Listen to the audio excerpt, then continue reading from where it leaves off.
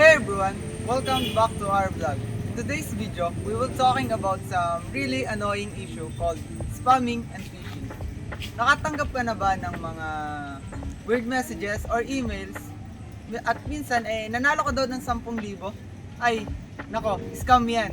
Kaya stay tuned to our channel and we will talk about that today. Let's go!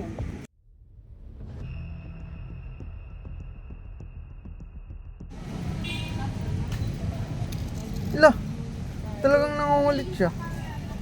Siguro, nanalo talaga ako ng 50,000. Subukan ko nga.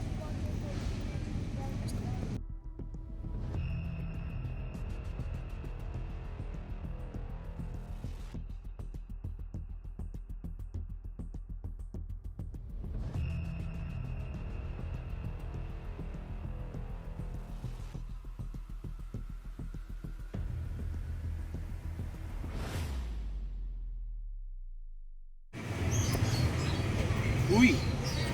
Nag-send na. Ay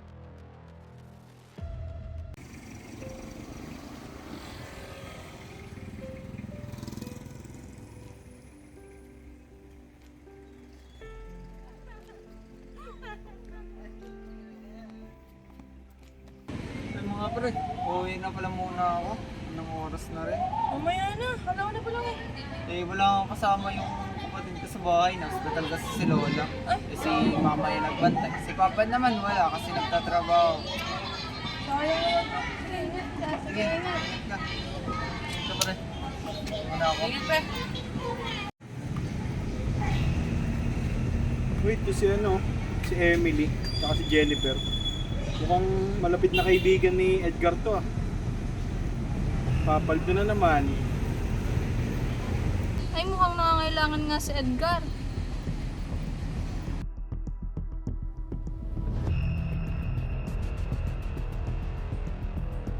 Ala, nag-message sa akin si Edgar, nangangailangan ng tulong talaga siya eh. 5K? Wala akong ganun kahalaga, 2K lang ang kaya ko eh.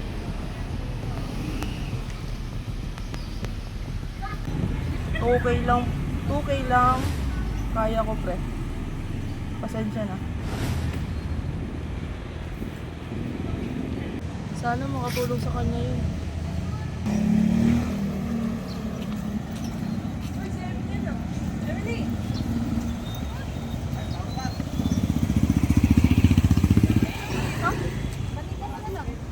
Ano si Edgar?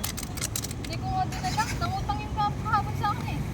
Nag-chat na sa kanya eh. Nangyayarap ng 5K. Tuway lang na ipahiram ko sa kanya. Kamusta na kaya lola no? Wala, gusto ko na babalik na eh. Tara, puntahan natin.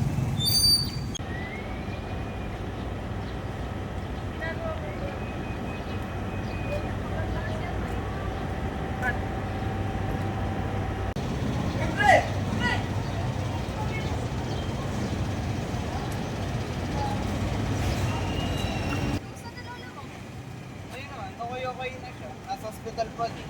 Nakatulong ba yung pera sa din namin sa'yo? Ano pera? Hindi naman ako nahingi ng pera. Di ba umutang ka sa amin kahapon? Hindi ako nagmamutang kahapon. Hindi, nag-check ka pa nga sa amin. Tingnan mo. Sabi ko pa nga 5K eh. Pero tuloy lang yun eh. Pero po sa'yo. Ay, hindi ko na ginagamit yan. Nahak kasi yan. So, sino to? Nahak nga yan. So sino may utang sa amin? Ano namang sino? Hindi ako. Ala, na-scam tayo? In the short video that we presented, I hope you learned and became more aware of what spam, scam, and phishing are.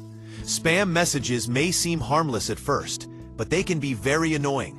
And once you get clickbaited by one, it can become dangerous. Spam can often lead to phishing, where your personal information might be stolen and used to scam others.